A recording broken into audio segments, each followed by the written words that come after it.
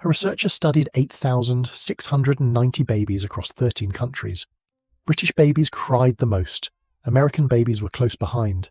Japanese babies? Almost silent. Same species, same biology, completely different outcome. And the Japanese parents weren't doing anything that looked like discipline. No timeout, no consequences, no raised voice, no system. Just something so quiet and so consistent that most Western parents wouldn't even recognize it as parenting at all. This video is going to show you exactly what they were doing and why the science says it works better than anything we've been told to do instead. Before we get into it, I'm genuinely curious about who's watching this. Drop in the comments, how old is your child right now? I read every single comment and I want to know who I'm actually talking to. It helps me make better videos for you. Go comment right now. I'll be reading while you watch. 1. They never separated love from presence. The foundation of Japanese child rearing is a concept called ime. There is no direct English translation. The closest approximation is something like the freedom to depend completely on another person's acceptance.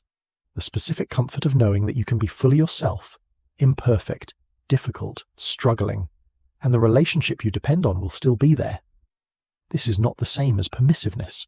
Japanese parenting is not soft or without expectation, but the expectations operate on top of an unconditional foundation. The message is not, I will love you when you behave. The message is, you belong here completely, and from that belonging comes everything else. Western parenting culture, by contrast, has a long tradition of conditional response. The child is praised when they behave, withdrawn from when they don't. Reward and consequence. The implicit architecture is, your place in this relationship is earned by your behavior.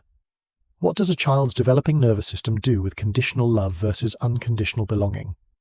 Research on what developmental psychologist Mary Ainsworth called secure attachment, which she documented in her landmark Strange Situation studies in the 1970s and which has been replicated across cultures hundreds of times since, found that the securely attached child, the child who has internalized the felt certainty of unconditional belonging, shows something specific.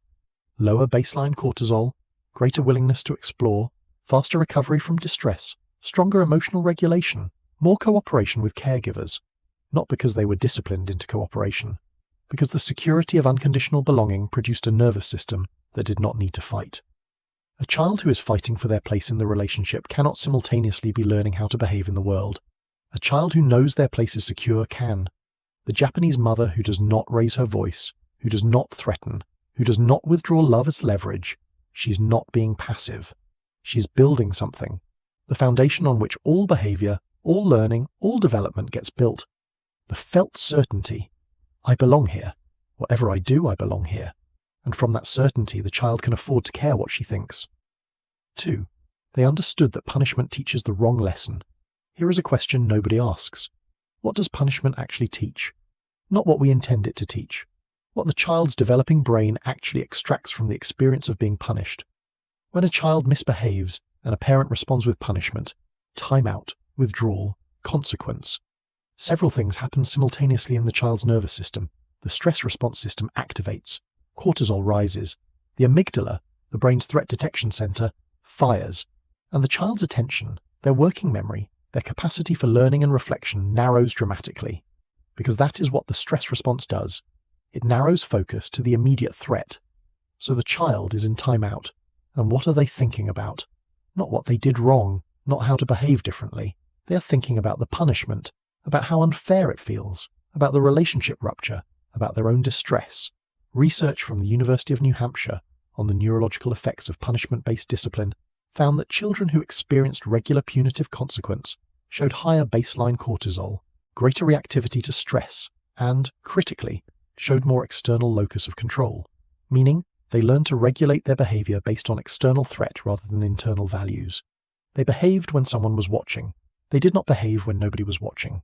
This is the opposite of what discipline is supposed to produce. Discipline at its root means disciple, one who follows a teaching. The goal is internalization. A child who has internalized the value does not need the threat. A child who has only learned to avoid the threat needs it forever.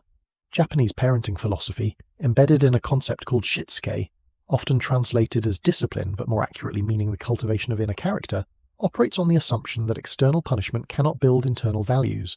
It can only suppress external behavior temporarily. What builds internal values is relationship. the specific experience of being in relationship with people whose values you want to adopt because you feel belonging to them. Your child will behave like the people they feel belonging to. Give them the belonging first. The behavior follows. 3. They let children experience consequences, but natural ones. This is where the Japanese approach gets specific in a way that is practically useful. Japanese parenting has a deep tradition of what developmental psychologists call natural consequence learning, allowing children to experience the real outcomes of their choices rather than inventing punitive outcomes designed to deter. The child who does not want to wear a coat goes outside and gets cold. The child who mistreats a toy finds the toy broken. The child who is unkind to a friend finds the friend less interested in playing. The consequence is real. It is directly connected to the choice, and the child's brain, which is designed to learn from direct experience far more effectively than from abstract instruction, draws a real conclusion. Compare this to an invented punishment. The child who hits their sibling goes to timeout. The child's brain is trying to connect the behavior to the consequence, and the connection is arbitrary. Adults made this up. Adults control this. The lesson extracted is not hitting people causes harm. The lesson is adults punish hitting. Those are completely different lessons.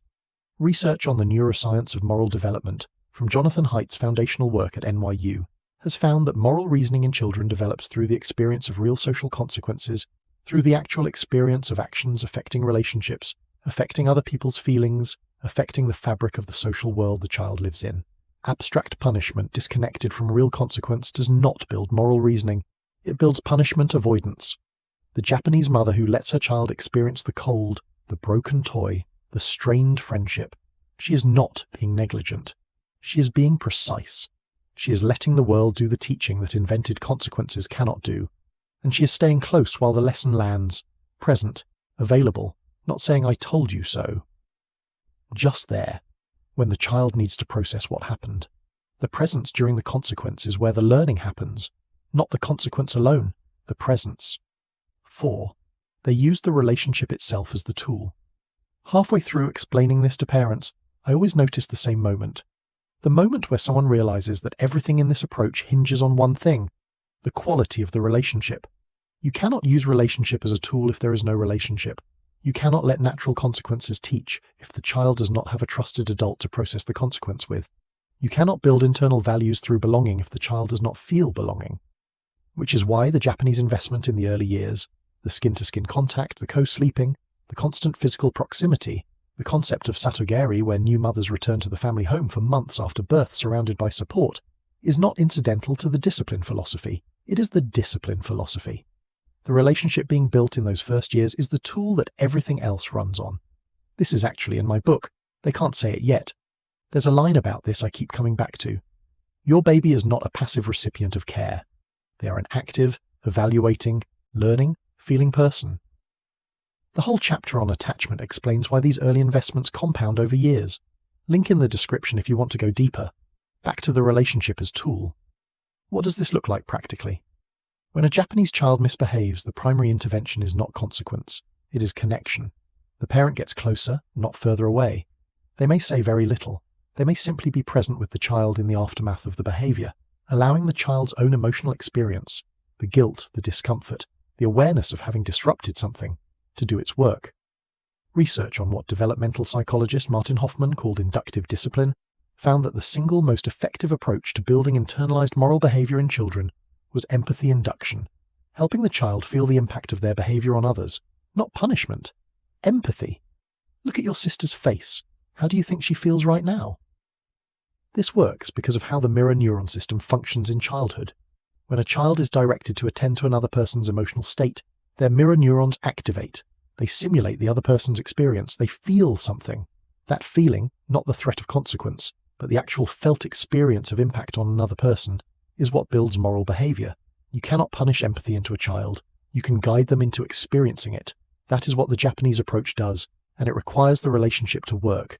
The child has to trust the parent enough to let the redirection land. 5. They modeled what they wanted. Mimamoru, watching over while protecting. The specific practice of observing your child closely, staying present, but not intervening until truly necessary. Within Mimamoru is something that is rarely translated but is obvious when you watch it. The Japanese parent who is watching over their child is also, always, being watched by their child. This is the most direct mechanism through which values transfer between generations. Not instruction, not punishment, observation. The child watching the adult navigate difficulty, handle frustration, respond to others, make decisions, recover from mistakes. The child's mirror neuron system, constantly active, building a simulation of adult behavior that will become the template for their own. Research on behavioral modeling in childhood, from Albert Bandura's social learning theory, which remains one of the most replicated frameworks in developmental psychology, found that children learn more from observed behavior than from any other input.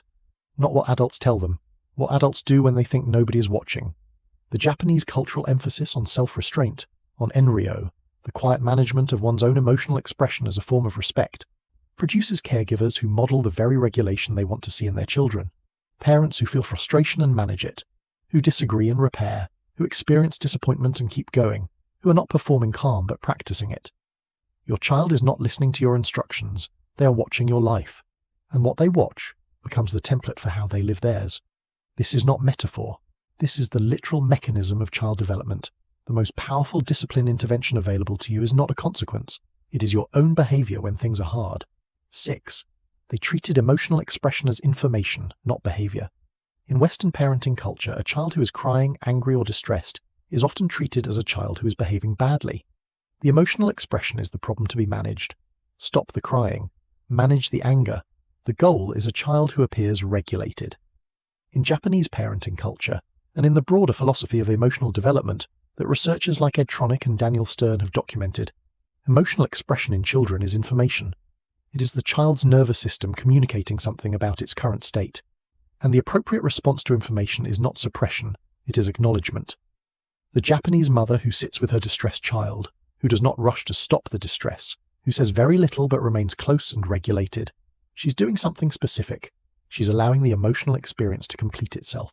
She's providing what researchers call the co-regulatory scaffold, her own calm, nervous system available to the child's dysregulated one, providing the external regulation that the immature brain cannot yet produce internally.